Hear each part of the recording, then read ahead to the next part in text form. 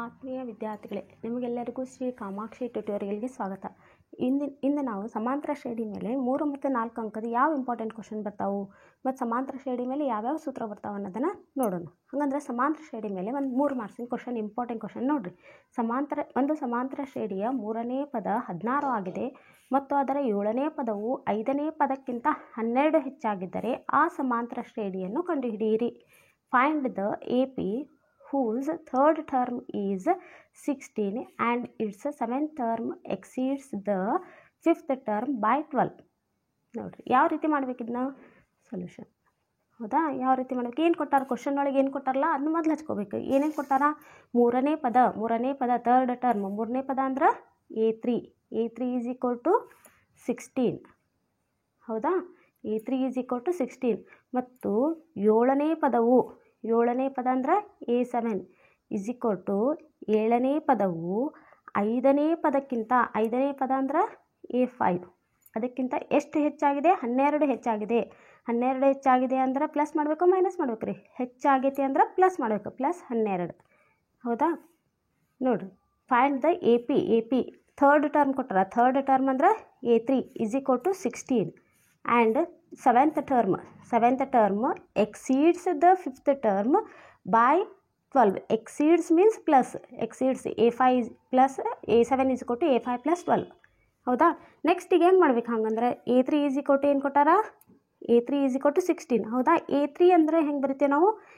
A3 third term A plus 2D is equal to 16. ಹೌದಾ, A3 ಅಂದ್ರೆ A plus 2D ಅಂದ್ರೆ ಮೂರನೇ ಪದ. ಒಂದು ಸಮಾಂತರ ಶ್ರೇಣಿಯ ಸಾಮಾನ್ಯ ರೂಪ A plus 2D A plus 3D. ಹೌದಾ, ಹಂಗಂದ್ರೆ ಮೂರನೇ ಪದ ಇದು A1 A2 A3 ಅಂದ್ರೆ A plus 3D A plus 2D A plus A plus D A plus 2D. ಹೌದಾ, ಮೂರನೇ ಪದ ಅಂದರೆ A plus 2D is equal to 16. ಇದನ್ನು ಸಮೀಕರಣ 1 ಅಂತ ಹಚ್ಕೋರಿ. ಮತ್ತೇನು ಕೊಟ್ಟಾರ? A7 is equal to A5 plus 12. A7 ಅಂದ್ರೆ A plus 6D is equal to A5 ಅಂದರೆ A ಪ್ಲಸ್ 4D ಪ್ಲಸ್ 12 ಹಂಗೆ ಇಡ್ರಿ. ಈ A ಕ್ಯಾನ್ಸಲ್ ಆಗ್ತಾವೆ. ಈ 6D ಒಳಗೆ 4D ಹೋತಂದ್ರೆ ನೋಡಿರಿ, 6D ಹಂಗೆ ಇಡೋಣ.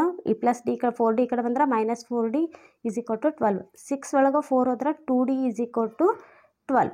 D ಈಸ್ ಈಕ್ವಲ್ ಟು ಈ 12 ಹಂಗೆ ಇಡೋಣ. ಇದು 2 ಈ ಕಡೆ ಐತಿ, ಇಂಟು ಐತಿ ಈ ಕಡೆ ಬಂದ್ರೆ ಭಾಗಾಕಾರ ಆಕೈತಿ. D is equal to 2 6 D is equal to 6. ಇದಕ್ಕೆ ಸಮೀಕರಣ 2 ಅಂತ ಬರ್ಕೊನಿ, ಇಕ್ವೇಷನ್ 2 ಅಂತ ಬರ್ಕೊತೀವಿ. ಈ A is equal to D is equal to 6 ಬೆಲೆನ A plus 2D is equal to 16 ಒಳಗೆ ಆದೇಶಿಸ್ಬೇಕು. ಆದೇಶಿಸಿದ್ರೆ ನೋಡ್ರಿ ಏನು ಮಾಡೋಣ? D ಈಸ್ ಈಕ್ವಲ್ ಟು 6 ಬೆಲೆಯನ್ನು ಸಮೀಕರಣ 1ರಲ್ಲಿ ಆದೇಶಿಸಿದಾಗ, ಸಮೀಕರಣ 1ರಲ್ಲಿ ಆದೇಶಿಸಿದಾಗ ನೋಡ್ರಿ D is equal to A plus 2D is equal to ಸಮೀಕರಣ 1 ಏನೈತ್ರಿ? A plus 2D is equal to 16. A ಹಂಗೆ ಇಡ್ರಿ, ಪ್ಲಸ್ 2 ಇಂಟು D ಅಂದ್ರೆ ಎಷ್ಟೈತಿ? D ಅಂದ್ರೆ ಎಷ್ಟು? 6 is equal to 16. A plus 6 12 is equal to 16. A is equal to 16 ಹಂಗೆ ಇಡ್ರಿ, ಪ್ಲಸ್ 12 ಈ ಕಡೆ ಬಂದರೆ ಏನಾಕೈತಿ? Minus 12. A is equal to 16 12 ಕಳೆದ್ರೆ 4. A ಬೆಲೆ 4 ಬಂತು, D ಬೆಲೆ 6 ಬಂತು. ಏನು ಬರಿ ಅಂದಾರ್ರಿ? ಆ ಸಮಾಂತರ ಶ್ರೇಣಿಯನ್ನು ಕಂಡುಹಿಡೀರಿ. ಸಮಾಂತರ ಶ್ರೇಣಿ ಬರೀಬೇಕು. ಹೌದಾ, ಆದ್ದರಿಂದ ಸಮಾಂತರ ಶ್ರೇಣಿ ಏನು ಬರೀತೀರಿ? ಸಮಾಂತರ ಶ್ರೇಣಿ ಸಾಮಾನ್ಯ ರೂಪ ಏನು? A plus D A plus 2D. AP English ಮೀಡಿಯಮ್ದವರು AP ಈಸ್ ಅಂತ ಬರ್ದು A plus D A plus 2D ಬರೀರಿ. ಹೌದಾ, A ಅಂದ್ರೆ ಎಷ್ಟೈತಿ? 4. A ಅಂದ್ರೆ 4 ಪ್ಲಸ್ D ಅಂದ್ರೆ 6. A ಅಂದ್ರೆ 4 ಪ್ಲಸ್ 2ಕ್ಕೆ 2 ಹಂಗೆ ಇಡ್ರಿ, ಇಂಟು D ಅಂದ್ರೆ 6 ಸೊ ಆನ್ ಅಪ್ ಟು. ಹೌದಾ, A 4ಕ್ಕೆ 4 ಹಂಗೆ ಇಡ್ರಿ, 6 4 10. ನೋಡಿರಿ, 6 12 12ಕ್ಕೆ 4 ಕೂಡಿಸಿದ್ರೆ ಎಷ್ಟು? 16. ಇದೇ ಏನು? ಸಮಾಂತರ ಶ್ರೇಣಿ. ಇಷ್ಟು ಮಾಡಿದರೆ ನಿಮ್ಗೆ 3 ಮಾರ್ಕ್ಸಿನ ಕ್ವಶನ್. ಹಾಗಂದ್ರೆ ಈ 3 ಮಾರ್ಕ್ಸ್ ಯಾವ ರೀತಿ ಕೊಡ್ತಾರೆ ನೋಡಿರಿ. A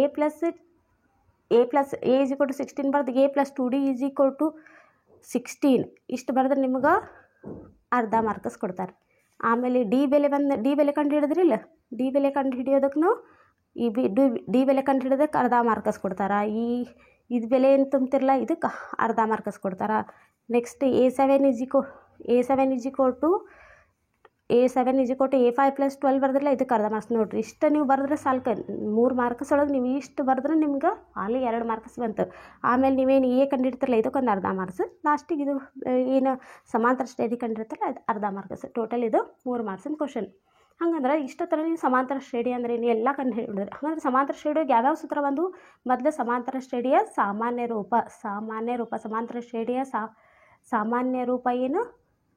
ಸಾಮಾನ್ಯ ರೂಪ a + d a + 2d so on up to a + n - 1 × d. ಸಾಮಾನ್ಯ ರೂಪ ಇಂಗ್ಲೀಷ್ದೊಳಗೆ general form of N AP. General form of AP ಏನ್ರಿ ಇದೆ. General form of AP a + d a + 3d so on up to a + n - 1 × d. ಎನ್ನನೇ ಪದ ಕಂಡುಹಿಡಿಯೋ ಸೂತ್ರ ಏನ್ರಿ?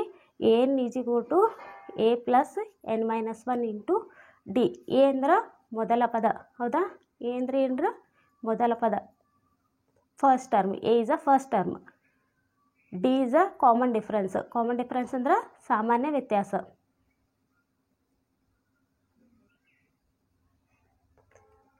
n ಅಂದ್ರೆ ಎನ್ನನೇ ಪದ. ಎನ್ನನೇ ಪದ ಕಂಡುಹಿಡಿಯೋ ಸೂತ್ರ. ಮೊದಲೇಕ ಸಾಮಾನ್ಯ ರೂಪ ಬರ್ದ್ರಿ, ಎನ್ನನೇ ಪದ ಕಂಡುಹಿಡಿಯೋ ಸೂತ್ರ. ನೆಕ್ಸ್ಟ್ ಮೊತ್ತ ಕಂಡುಹಿಡಿಯೋ ಸೂತ್ರ ಏನ್ರಿ? Sn = n/2 × 2a + n - 1 × d. ಇದರೊಳಗೆ a ಅಂದ್ರೆ ಮೊದಲನೇ ಪದ, n ಅಂದ್ರೆ n ಪದಗಳು, d ಅಂದ್ರೆ ಸಾಮಾನ್ಯ ವ್ಯತ್ಯಾಸ, Sn ಅಂದ್ರೆ ಎನ್ನನೇ ಪದ, ಹೌದಾ? ಇದು ಇದು ಆಮೇಲೆ ಒಂದು ವೇಳೆ ಈಗ a n d ಕೊಟ್ಟರೆ ಇದು ಸೂತ್ರ ಬಳಸ್ತೀರಿ. ಹಂಗಂದ್ರೆ ಒಮ್ಮಕ್ಳಿಗೆ ಎಲ್ ಲಾಸ್ಟ್ ಕೊನೆಯ ಪದ ಎಲ್ ಕೊಟ್ಟಾಗ Sn ಸೂತ್ರ ಏನು? Sn = n/2 × a + l. a ಅಂದ್ರೆ ಮೊದಲನೇ ಪದ, l ಅಂದ್ರೆ ಕೊನೆಯ ಪದ. ಮತ್ತು ಇನ್ನೊಂದು Sn = n × n + 1 ಡಿವೈಡೆಡ್ 2 ಅಂದರೆ ಧನಾತ್ಮಕ n 1 2 3 so on up to ಧನಾತ್ಮಕ ಪದಗಳ ಮೊತ್ತವನ್ನು ಕಂಡುಹಿಡಿಯಿರಿ ಅಂತ ಕೊಡ್ತಾರೆ. ಇಷ್ಟು ಕೊಟ್ಟರೆ ಅವಾಗ ಏನು ಬಳಸಬೇಕು? Sn = n × n + 1 divided by 2. ಇವಿಷ್ಟೇ ನೀವು ಸಮಾಂತರ ಶ್ರೇಣಿ ಮೇಲೆ ಬರ್ತಕ್ಕಂಥ ಸೂತ್ರಗಳು, ಮೋಸ್ಟ್ ಇಂಪಾರ್ಟೆಂಟ್ ಸೂತ್ರಗಳು. ಇಷ್ಟು ಸೂತ್ರ ನೆನ್ಪಿಟ್ರೆ ಸಾಕು, ನಿಮ್ಗೆ ಎಲ್ಲ ಲೆಕ್ಕ ಈಸಿಲಿ ಮಾಡಕ್ಕೆ ಬರ್ತಾವೆ. ನೆಕ್ಸ್ಟ್ ಮತ್ತು ಸಮಾಂತರ ಶ್ರೇಣಿ ಮೇಲೆ ಯಾವ ರೀತಿ ಕೇಳ್ಯಾರ ನೋಡ್ರಿ. ಒಂದು ಸಮಾಂತರ ಶ್ರೇಣಿಯ ಎರಡನೇ ಮತ್ತು 4 ಮಾರ್ಕ್ಸಿನ ಕ್ವಶನ್ ರೀ, ಇದು ಇಂಪಾರ್ಟೆಂಟ್ ನೋಡ್ಕೊರಿ. ಒಂದು ಸಮಾಂತರ ಶ್ರೇಣಿಯ ಎರಡನೇ ಮತ್ತು ನಾಲ್ಕನೇ ಪದಗಳ ಮೊತ್ತ 54 ಹಾಗೂ ಅದರ ಮೊದಲ 11 ಪದಗಳ ಮೊತ್ತ 693 ಆದರೆ ಸಮಾಂತರ ಶ್ರೇಣಿಯನ್ನು ಕಂಡುಹಿಡಿಯಿರಿ. ಮತ್ತು ಈ ಶ್ರೇಣಿಯ ಎಷ್ಟನೇ ಪದವು ಅದರ 54ನೇ ಪದಕ್ಕಿಂತ 132 ಹೆಚ್ಚಾಗಿರುತ್ತದೆ.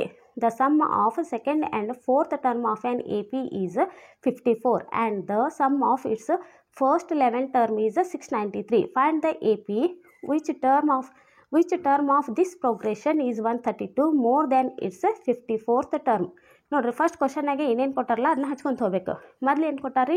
ಒಂದು ಸಮಾಂತರ ಶ್ರೇಣಿ ಎರಡನೇ ಮತ್ತು ನಾಲ್ಕನೇ ಪದಗಳ ಮೊತ್ತ ಅಂದರೆ ಎರಡನೇ ಪದ ಅಂದರೆ A2, ಹೌದಾ? ಪ್ಲಸ್ ಮೊತ್ತ ಅಂದಾರಂದರೆ ಇವೆರಡು ಕೂಡಿಸ್ಬೇಕು. A2 + A4 = 54, ಹೌದಾ? ಅವ್ರು ಕೊಟ್ಟಿದ್ದು ಫಸ್ಟ್ ಕ್ವಶನ್ನಲ್ಲಿ ಏನು ಕೊಟ್ಟಿರ್ತಾರಲ್ಲ ಅದನ್ನ ಹಚ್ಚಕ್ಕೆ ಮೊದಲು ಕಲಿಬೇಕು. ಒಂದು ಸಮಾಂತರ ಶ್ರೇಣಿ ಎರಡನೇ ಮತ್ತು ನಾಲ್ಕನೇ ಪದಗಳ ಮೊತ್ತ ಎರಡದು ಮೊತ್ತ ಅಂದಿದ್ದಕ್ಕೆ ನಾವೇನು A2 + A4 ಮಾಡೀವಿ. ಹಾಗಂದ್ರೆ A2 ಅಂದ್ರೆ ಏನು? A2 ಅಂದ್ರೆ ಏನು? A + D. A4 ಅಂದ್ರೆ A + 3D. ನಿಮ್ಗೆ ಈಸಿ ಮೆಥಡ್ ಒಂದು ಈಸಿ ಟ್ರಿಕ್ ಹೇಳ್ಕೊಡ್ತೀನಿ ನೋಡ್ರಿ. A2 ಕೇಳಾರಂದ್ರೆ A + D ಹಚ್ಕೋಬೇಕು, ಅಂದರೆ ಇದಕ್ಕಿಂತ ಒಂದು ಕಡಿಮೆ ಹಚ್ಕೋಬೇಕು. ಇಲ್ಲಿ A4 = A + 3D 4 ಕೊಟ್ಟರೆ ನೀವು 3D ಹಚ್ಕೋಬೇಕು. ಈಗ ನೋಡ್ರಿ, A2 ಇದ್ದಲ್ಲೇ A + D plus A4 ಇದ್ದಲ್ಲೇ A + 3D = 54ಕ್ಕೆ 54 ಬರೀರಿ. ಇಲ್ಲಿ ನೋಡ್ರಿ, A + A ಎಷ್ಟಾಯ್ತು? 2A + 3D + D ಅಂದ್ರೆ 4D = 54, ಹೌದಾ? ಈ ಫುಲ್ ಸಮೀಕರಣಕ್ಕೆ 2ರಿಂದ ಭಾಗಿಸ್ರಿ. 2ರಿಂದ ಭಾಗಿಸಿದ್ರಿ 2 2 ಹೋತು, A ಉಳಿತು. 2ರಿಂದ ಭಾಗಿಸಿದ್ರೆ 2 2 4 D 2D 2ರಿಂದ ಭಾಗಿಸಿದ್ರೆ 27. ಇದೇನಿದೆ ಇದಕ್ಕೆ ನಾವು ಸಮೀಕರಣ 1 ಅಂತ ಕೊಡೋಣ.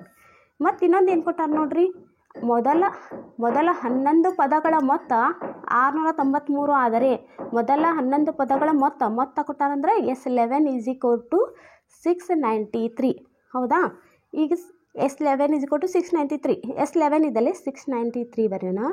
S11 SN ಸೂತ್ರ ಏನು ರೀ? SN is equal to n/2 ನೋಡ್ರಿ ಇಲ್ಲಿ ಹಚ್ತೇನೆ ಮತ್ತು ನಿಮ್ಗೆ ಕನ್ಫ್ಯೂಸ್ ಆಗ್ಬಾರ್ದು. SN is equal to n/2 2a plus n-1 into d. ಹೌದಾ? ಈಗ SN n ಅಂದರೆ ಎಷ್ಟೈತಿಲೆ? n ಅಂದರೆ ಎಷ್ಟೈತ್ರಿ? ಎಷ್ಟು ಪದಗಳ ಮೊತ್ತ ಕಂಡುಹಿಡಿ ಅಂತಾರೆ? 11 ಪದಗಳ ಮೊತ್ತ. S11 n ಅಂದ್ರೆ 11/3 ಇಂಟು 2. ಎ ಅಂದ್ರೆ ಏನು ಕೊಟ್ಟಾರ? ಇಲ್ಲ, ಎ ಅಂದರೆ ಎ ಆ್ಯಸ್ ಇಟ್ ಈಸ್ ಇಡ್ರಿ, ಪ್ಲಸ್ ಎನ್ ಅಂದ್ರೆ 11 ಮೈನಸ್ 1 ಇಂಟು ಡಿ ಅಂದ್ರೆ ಡಿ ಸಾಮಾನ್ಯ ವ್ಯತ್ಯಾಸ ಡಿ ಕೊಟ್ಟಾರ? ಇಲ್ಲ, ಅದನ್ನೇ ಹೆಂಗೈತೆ ಹಂಗೆ ಇಡಬೇಕು. ಈಗ 693ಗೆ 693 ಆ್ಯಸ್ ಇಟ್ ಈಸ್ ಇಡ್ರಿ, is equal to 11 divided by 2 into 2a plus 11ರಾಗ 1 ಕಳೆದ್ರೆ 10d. ಹೌದಾ? 693ಗೆ 693 ಆ್ಯಸ್ ಇಟ್ ಈಸ್ ಇಡ್ರಿ, 11/2 11/2 ಇದ್ರೊಳಗೆ 2 ಏನೈತಿಲ್ಲ ಕಾಮನ್ ಐತಲ್ಲ, ಅದನ್ನು ತೆಗೆದು ಕಾಮನ್ ಹೊರಗೆ ತೆಗೀರಿ. ಉಳಿದಿದ್ದೇನಿಲ್ಲ ಎ ಪ್ಲಸ್ 2 5 10 ಇಂಟು ಡಿ ಹಂಗೆ ಇಡ್ರಿ. ಈ ಟು ಕ್ಯಾನ್ಸಲ್ ಮಾಡಿರಿ.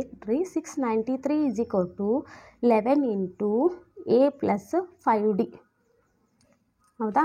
ಈಗೇನು ಮಾಡೋಣ? ಎ ಪ್ಲಸ್ 5d ಹಂಗೆ ಇಡ್ರಿ, ಈಸ್ ಈಕ್ವಲ್ ಟು 693. ಇದು ಇಂಟು ಐತಲ್ಲ, ಈ ಕಡೆ ಬಂದರೆ ಏನಾಗ್ತೈತಿ? ಇದೆ ಭಾಗಾಕಾರ ಆಗ್ತೈತಿ. ಹೌದಾ? 6a plus 5d A plus 5d as it is ಇಡ್ರಿ, is equal to 11 11 6 11 3 33 63. A plus 5d is equal to ಎಷ್ಟು ಬಂತೀವಿ ನಮ್ಗೆ? 63. ಇದಕ್ಕೆ ಸಮೀಕರಣ 2 ಅಂದ್ಕೊಡೋಣ. ಸಮೀಕರಣ ಒಂದು ಏನೈತೆ ನಮ್ಗೆ? A plus 2d is equal to 27, A plus 5d is equal to 63. ಏನು ಬಂತಿದೆ? ಸಮೀಕರಣ 2. ನಾ ಸಮೀಕರಣ 2ರೊಳಗೆ ಮೈನಸ್ ಸಮೀಕರಣ 1 ಮಾಡ್ತೀನಿ. 2ರಾಗ 1 ಕಳಿತೀನಿ. 2 ಅಂದರೆ ಎರಡನೇದು ಏನೈತಿ? A plus 5d is equal to 63. ಇದು A plus 2d is equal to 27. ಹೌದಾ? ಈಗ ನಾವು ಕಳಿಯೋದಂದ್ರೆ ಏನು ಮಾಡಬೇಕು? ಇಲ್ಲಿ ಪ್ಲಸ್ ಇದ್ರೆ ಮೈನಸ್ ಹಚ್ಕೋಬೇಕು, ಇಲ್ಲಿ ಪ್ಲಸ್ ಇದ್ರೆ ಮೈನಸ್ ಹಚ್ಕೋಬೇಕು. ಇಲ್ಲಿ ಏನೂ ಇಲ್ಲಾಂದ್ರೆ ಪ್ಲಸ್ ಇರ್ತೈತೆ, ಅದಕ್ಕೆ minus.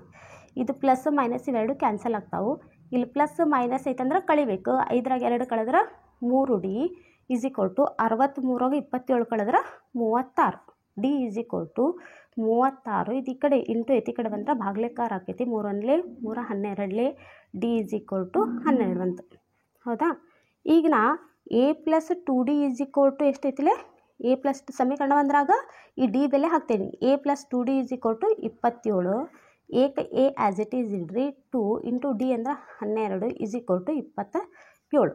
A plus 12 24 is equal to 27. A is equal to 27ರಾಗ ಮೈನಸ್ 24 ಮಾಡಿರಿ. ಎ ಈಸ್ ಈಕ್ವಲ್ ಟು ಎಷ್ಟು ಬಂತು ನಮಗೀಗ? 3. ಹಂಗಂದ್ರೆ ಈಗ ಸಮಾಂತರ ಶ್ರೇಣಿ ಬೇರೆ ಅಂದಾರಲ್ಲ, ಸಮಾಂತರ ಶ್ರೇಣಿಯನ್ನು ಕಂಡುಹಿಡೀರಿ. ಸಮಾಂತರ ಶ್ರೇಣಿ ಏನು ಬರೀತೀರಿ ಈಗ? ಸಮಾಂತರ ಶ್ರೇಣಿ ಏನು ರೀ? ಸಾಮಾನ್ಯ ರೂಪ ಏನು? A plus D, A plus 2d so on up to. ಹೌದಾ? ಹಂಗಂದ್ರೆ ಇವರು ಇಂಗ್ಲೀಷ್ ಮೀಡಿಯಮ್ದವ್ರು ಎ ಪಿ ಅಂದರೆ ಆರ್ಥಮೆಟಿಕ್ ಪ್ರೋಗ್ರೆಷನ್ ಅಂದ್ರೆ A plus D, A plus 2d so on up to. A ಅಂದ್ರೆ 3, ಎ ಅಂದ್ರೆ 3 ಪ್ಲಸ್ ಡಿ ಅಂದ್ರೆ 12, ಎ ಅಂದ್ರೆ 3 ಪ್ಲಸ್ 2 ಇಂಟು ಡಿ ಅಂದ್ರೆ 12 ಸೊ ಆನ್ ಅಪ್ ಟು 3. 12ಕ್ಕೆ 3 ಕೂಡಿಸಿದ್ರೆ 15, 12 24, 24ಕ್ಕೆ 3 ಕೂಡಿಸಿದ್ರೆ 27. ಇದು ಸಮಾಂತರ ಶ್ರೇಣಿ ಕಂಡುಹಿಡಿದ್ವಿ. ಇಷ್ಟಕ್ಕೆ ಲೆಕ್ಕ ಮುಗಿಲಿಲ್ಲ. ಮತ್ತೇನು ಕೇಳಾರ? ಮತ್ತು ಈ ಶ್ರೇಣಿಯ ಎಷ್ಟನೇ ಪದವು ಅದರ 54ನೇ ಪದಕ್ಕಿಂತ 132 ಹೆಚ್ಚಾಗಿರುತ್ತದೆ ಅಂತ ಕೇಳಾರ. ಎಷ್ಟನೇ ಪದ ಅಂದಾರಲ್ಲ, ಇದು ನೆಕ್ಸ್ಟ್ ಕಂಟಿನ್ಯೂ ಇಲ್ಲಿ ಮಾಡಿರಿ, ನಾ ಇಲ್ಲಿ ಮಾಡ್ತೀನಿ. an is equal to A54. ನೋಡಿರಿ, 54ನೇ ಪದ ಕೇಳಾರಲ್ಲ, A54 ಪ್ಲಸ್ ಹೆಚ್ಚಾಗಿದೆ ಪದಕ್ಕಿಂತ 132 ಹೆಚ್ಚಾಗಿದೆ ಅಂದ್ರೆ 132 ಪ್ಲಸ್ ಹೆಚ್ಚಾಗಿದೆ ಅಂದಿದ್ದಕ್ಕೆ ಪ್ಲಸ್ ಮಾಡ್ಕೋಬೇಕು. More than its 54th term ಅಂದಾರ. 54 ಮೋರ್ ಅಂದಿದ್ದಕ್ಕೆ ಪ್ಲಸ್ ಹಚ್ಕೋಬೇಕು. ಏನು ಸೂತ್ರ ಏನು ರೀ? N is equal to A plus n-1 into D is equal to ನೋಡಿರಿ, ಯಾವಾಗ 54 ಅಂದಾರ ಅಂದ್ರೆ ಇದರದ್ದು 54ನೇ ಪದ ಏನಕ್ಕೈತಿ? A plus 53d. ಇದಕ್ಕಿಂತ ಒಂದು ಕಡಿಮೆ ಹಚ್ಕೋಬೇಕು. ಪ್ಲಸ್ 132ಕ್ಕೆ 132 ಹಂಗೆ ಹಚ್ಕೋರಿ. ಈಗ ಈ ಕಡೆದೇ ಕ್ಯಾನ್ಸಲ್ ಆಗ್ತಾವು. n-1 ಆ್ಯಸ್ ಇಟ್ ಈಸ್ ಇಡ್ರಿ, ಇಂಟು ಡಿ ಅಂದರೆ ಎಷ್ಟೈತಿ? ಡಿ ಅಂದ್ರೆ 12 ಈಸ್ ಈಕ್ವಲ್ ಟು 53.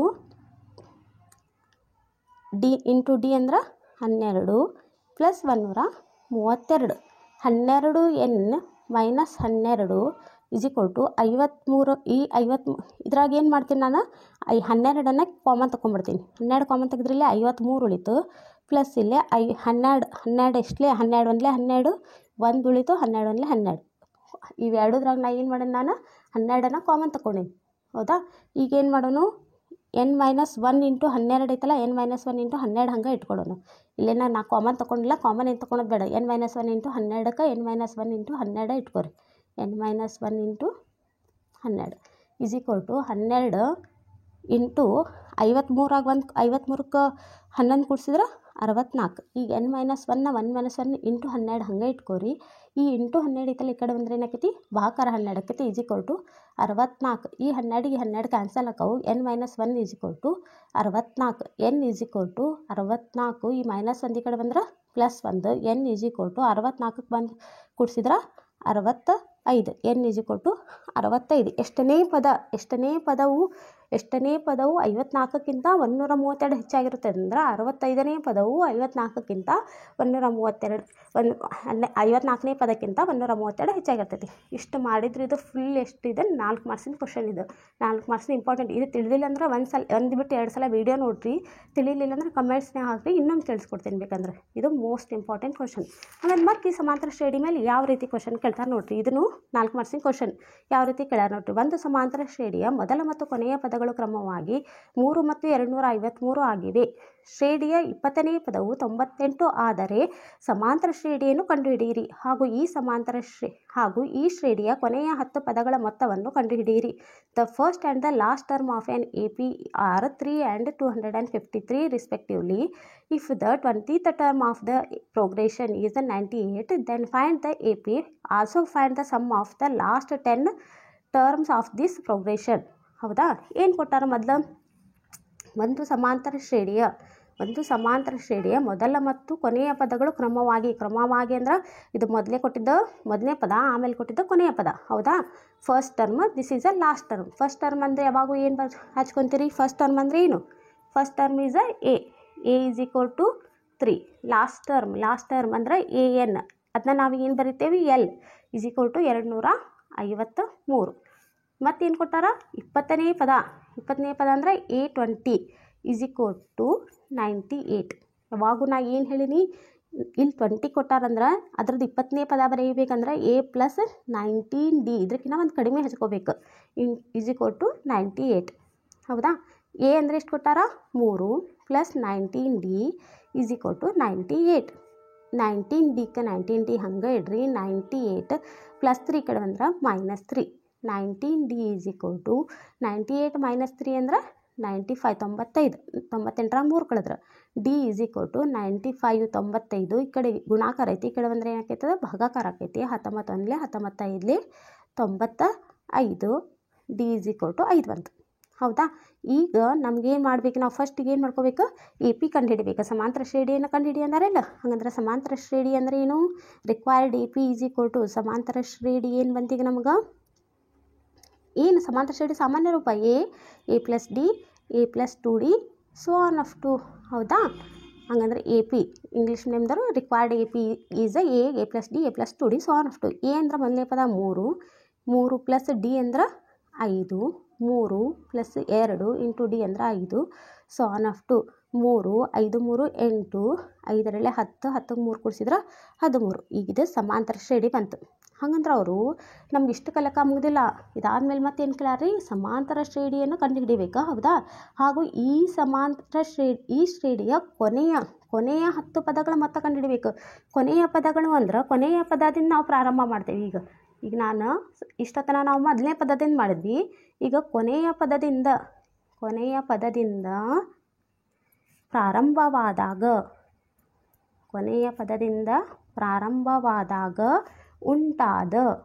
ಉಂಟಾದ ಸಮಾಂತರ ಶ್ರೇಣಿ. ಕೊನೆಯ ಪದದಿಂದ ಉಂಟಾದಾಗ ಸಮಾಂತರ ಶ್ರೇಣಿ AP ಇಂಗ್ಲೀಷ್ ಮೀಡಿಯಮ್ದವ್ರು ಬರೀರಿ. AP which starts from last term is. Last term ಅಂದ್ರೆ ಕೊನೆಯ ಪದ ಅಂದ್ರೆ AN, ಕೊನೆಯ ಪದ ಅಂದರೆ ಎ ಎನ್, ಅದಕ್ಕೆ ಮುಂದಿದ್ದು ಕೊನೆಯ ಪದದ ಮತ್ತು ಮುಂದಿನ ಹಿಂದಿಂದ ಇರ್ತೈತಲ್ಲ ಕೊನೆಯ ಪದ, ಅದ್ರ ಹಿಂದಿಂದ ಅಂದ್ರೆ ಏನಾಕೈತಿ ಅದ್ರೊಳಗೆ ಎನ್ ಡಿ ಕಳಿಬೇಕು. Minus A N minus A N minus D A N minus 2D so on up to. ಹೌದಾ? ಎ ಎನ್ ಅಂದ್ರೆ 253. 253 ಮೈನಸ್ 253 ಮೈನಸ್ ಡಿ ಅಂದರೆ ಎಷ್ಟು ಬಂದೈತೆ ರೀ ಇಲ್ಲಿ 5 ಮೈನಸ್ 5. 253 ಮೈನಸ್ 2 ಇಂಟು ಡಿ ಅಂದ್ರೆ 5 ಸೊ ಆನ್ ಅಪ್ ಟು. 253ಕ್ಕೆ 253 ಹಂಗೆ ಇಡ್ರಿ. 253ರಾಗ 5 ಕಳೆದ್ರೆ 248 ನೋಡ್ರಿ. 5 ಎರಡಲೆ 10. 253ದೊಳಗೆ 10 ಕಳೆದ್ರೆ 243 ಸೊ ಆನ್ ಅಪ್ ಟು. ಇದು ಕೊನೆಯ ಪದದಿಂದ ಆರಂಭವಾದಾಗ ನಮ್ಗೆ ಸಮಾಂತರ ಶ್ರೇಣಿ ಸಿಕ್ತು. ಇದ್ರೊಳಗೆ ನಾವು ಎ ಅಂದರೆ ಏನು ಕೊಟ್ಟಾರ ನೋಡ್ರಿ. ಎ ಅಂದರೆ 253, ಡಿ ಅಂದರೆ 248 ಮೈನಸ್ 253 ಅಂದ್ರೆ ಮೈನಸ್ 5. ಡಿ ಬೆಲೆ ಮೈನಸ್ 5. ಎನ್ ಅಂದರೆ ಎಷ್ಟು ಕೊಟ್ಟಾರ ನೋಡ್ರಿ. ಕೊನೆಯ 10 ಪದಗಳ ಕ್ವಶನ್ಯಾಗ ಕೊಟ್ಟಾರಿ. ಕೊನೆಯ 10 ಪದಗಳ ಅಂದ್ರೆ ಎನ್ ಈಸ್ ಈಕ್ವಲ್ ಟು 10. ನೀವೇನು ಮಾಡಬೇಕು ಮೊತ್ತ ಕಂಡು ಹಿಡಿಯರಿ ಅಂದ್ರೆ ಏನು ಯಾವ ಸೂತ್ರ ಹಚ್ತೀರಿ. S N is equal to A D N ಕೊಟ್ಟಾಗ ಸಮಾಂತರ ಶ್ರೇಣಿ ಎನ್ ಪದಗಳ ಮೊತ್ತ ಕಂಡು ಹಿಡಿಯೋ ಸೂತ್ರ ಏನು ರೀ. S N is equal to n/2 into 2a plus n minus 1 into D. ಹೌದಾ? ಎಸ್ ಎನ್ ಅಂದರೆ S 10 is equal to N ಅಂದರೆ 10 ಡಿವೈಡೆಡ್ ಬೈ 2 ಇಂಟು 253. ಎ ಅಂದರೆ ಎಷ್ಟೈತಿ 253 ಪ್ಲಸ್ ಎನ್ ಅಂದ್ರೆ 10 ಮೈನಸ್ 1 ಇಂಟು ಡಿ ಅಂದ್ರೆ ಮೈನಸ್ 5. ಹೌದಾ? 2 1 2 5 5 ಇಂಟು 253ಕ್ಕೆ 2ರಲ್ಲೇ ಗುಣಿಸಿದ್ರೆ 506 ಪ್ಲಸ್ ನೋಡ್ರಿ 10ರಾಗ 1 ಕಳೆದ್ರೆ 9 9 45. ಯಾ 45 ಪ್ಲಸ್ 45 ಮೈನಸ್ 45 ಮೈನಸ್ 5 ನೋಡ್ರಿ. 10ರಾಗ 1 ಕಳೆದ್ರೆ 9 9 45 ದೊಡ್ಡ ಯಾವಾಗ ಗುಣಿಸಿದ್ರೆ ಪ್ಲಸ್ ಇಂಟು ಮೈನಸ್ ಇದೆ ಮೈನಸ್. ಹೌದಾ? ಪ್ಲಸ್ ಮೈನಸ್ ಬಂದಾಗ ಗುಣಿಸಿ ಮೈನಸ್ಸೇ ಇಡಬೇಕು. 5ಕ್ಕೆ 5 ಹಂಗೆ ಇಡ್ರಿ. ನೋಡ್ರಿ 506 ಪ್ಲಸ್ ಇಂಟು ಮೈನಸ್ ಮೈನಸ್ 45. 506ಆಗ 45 ಕಳೆದ್ರೆ ಎಷ್ಟು ಬರ್ತೈತೆ ರೀ 461. 6ರಾಗ 5 ಕಳೆದ್ರೆ 1 50ರಾಗ 50ರೊಳಗೆ 4 ಕಳೆದ್ರೆ ನೋಡ್ರಿ 506ಆಗ 45 ಕಳ್ಳಿರಿ. 6ರಾಗ 5 ಕಳೆದ್ರೆ 6ರಾಗ 5 ಕಳೆದ್ರೆ ಎಷ್ಟು ರೀ 1 0 ಬಂದೈತಂದ್ರೆ 10ರಾಗ 4 ಕಳೆದ್ರೆ 6 5ರಾಗ 1 ಕಳೆದ್ರೆ 4 461 ಈಸ್ ಈಕ್ವಲ್ ಟು 5ಕ್ಕೆ ಇಂಟು 461 2 ಗುಣಿಸಿದ್ರೆ ಎಷ್ಟು ಬರ್ತೈತಿ 2 3 0 5. ಇದು ಎಸ್ 10. ಇದು ಅವ್ರು ಕಂಡುಹಿಡಿದಿದ್ದು ಕೊನೆಯ 10 ಪದಗಳ ಮೊತ್ತವನ್ನು ಕಂಡುಹಿಡಬೇಕು. ಈ ರೀತಿ ಇವತ್ತಿಗೆ ಏನು ಮಾಡಿಸೇನೆ ನಾನು 3 ಮತ್ತು 4 ಮಾರ್ಕ್ಸಿಗೆ ಸಮಾಂತರ ಶ್ರೇಣಿಯೊಳಗೆ ಯಾವ್ಯಾವ ಬರ್ತಾವೆ ಇಂಪಾರ್ಟೆಂಟ್ ಕ್ವಶನ್ಸ್ ಮಾಡ್ಸೇನೆ ರೀ. ಮೋಸ್ಟ್ ಇಂಪಾರ್ಟೆಂಟ್ ಕ್ವಶನ್ ಇವಿಷ್ಟು ನೀವು ಪ್ರಾಕ್ಟೀಸ್ ಮಾಡ್ಕೊಂಡು ಹೋದ್ರೆ ಸಾಲ್ಕು ಎಕ್ಸಾಮಿಗೆ. 3 ಮತ್ತು 4 ಮಾರ್ಕ್ಸಿಗೆ ಮೋಸ್ಟ್ ಇಂಪಾರ್ಟೆಂಟ್ ಕ್ವಶನ್ಸ್ ಮಾಡೀನಿ. ಇವತ್ತು ನಾವು ಮಾಡಿದ ವಿಡಿಯೋ ನಿಮ್ಗೆ ಲೈಕ್ ಆದ್ರೆ ಲೈಕ್ ಮಾಡಿರಿ, ಸಬ್ಸ್ಕ್ರೈಬ್ ಮಾಡ್ಕೋರಿ. Thank you.